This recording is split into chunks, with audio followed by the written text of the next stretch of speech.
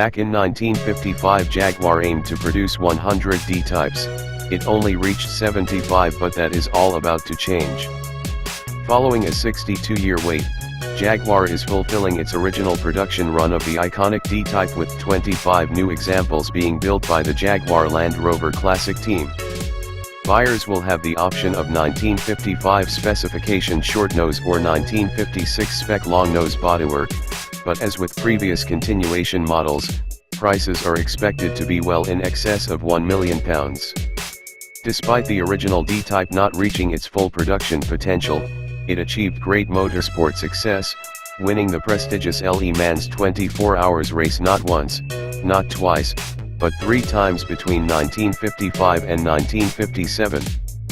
The racing success can in part be attributed to the 6-cylinder XK engine, synchromesh gearbox, advanced, for the time, disc brakes and Dunlop alloy wheels, which were chosen for their additional strength over contemporary wire wheels.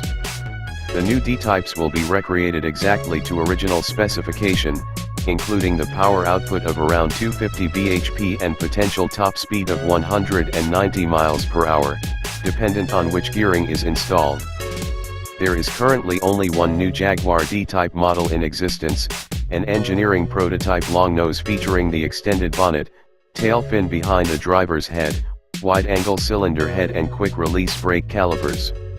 The high levels of attention to detail are reflected in the fact that it takes around 7,000 man-hours to build one D-type.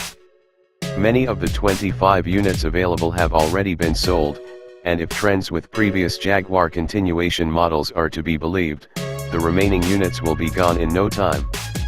Which is your favorite Jaguar Land Rover class continuation model, the D-Type, XKSS, or lightweight E-Type?